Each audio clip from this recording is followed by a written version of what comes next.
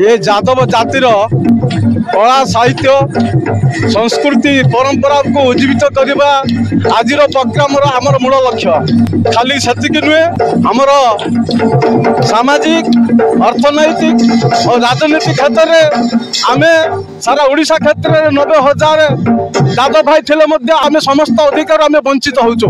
तेणु यही प्रतिवाद आज प्रत्येक मुहूर्त प्रत्येक क्षेत्र में आम यादव जाति को केमी सचेतन करूँ केमी जागृत करूँ केमी आम समस्त एकजुट करूँ एकत्रित करूँ ये विरुद्ध में आम एक प्रकार व्यवस्था करें ठीक आम न्याय दाबी आम हासिल कर पारू। ये प्रतिवाद दरकार पड़े सारा ओडिशा क्षेत्र यादव भाई मैंने संग्राम स्वर उठेबे। अखिल ओडिशा यादव महासभार सारा गण अनुकूल ये दोल महोत्सव पालन करा खाली आज दिन अतीत इतिहास गोटे परंपरा पुरातन काल ये संस्कृति बजाई आसी।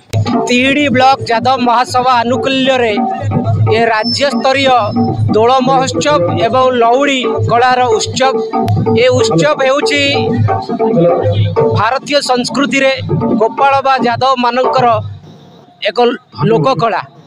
विशेषकर ये संस्कृति भारत वर्ष रे प्राय 5000 वर्ष तलर ये रामताली लौड़ी काटी लौड़ी की लोक कलार मान्यता देवा सहित ओडिशा सरकार आमर सामाजिक अर्थनैतिक सांस्कृतिक विकास पाई विशेषकर अर्थनीतिर विकास पाई दुग्धर सर्वनिम्न मूल्य 40 टंका चाषी को दिंतु तत्सहित 27% ओबीसी रिजर्वेशन को संरक्षण करंतु एवं प्रति ब्लॉक रे गोपाल भवन बा यादव भवन निर्माण करंतु। दीपक कुमार गौड़ ओडिशा राज्य एनईबीसी प्रेसिडेंट राज्य स्तरीय रौड़ी खेल जहाँ आम यादव परंपरा आमे यही टाइप करी आम संस्कृति को बंचाई रखी नुआ पीढ़ी को आमर यादव संस्कृति शिक्षा विषय सहित तथा कि प्रकार राजनीतिक विकास हो पार आम जातिर संख्यार 25% ऊर्ध्व थिबा सत्वे आज पर्यंत बड़ लज्जार विषय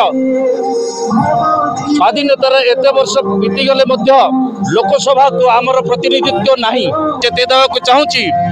आगामी दिन में आमर 25% जो यादव भाई भौणी अच्छा जदि रिप्रेजेंटेशन न मिले तो उचित जवाब यही 2027 जो पंचायत इलेक्शन रू देखा पाइबे।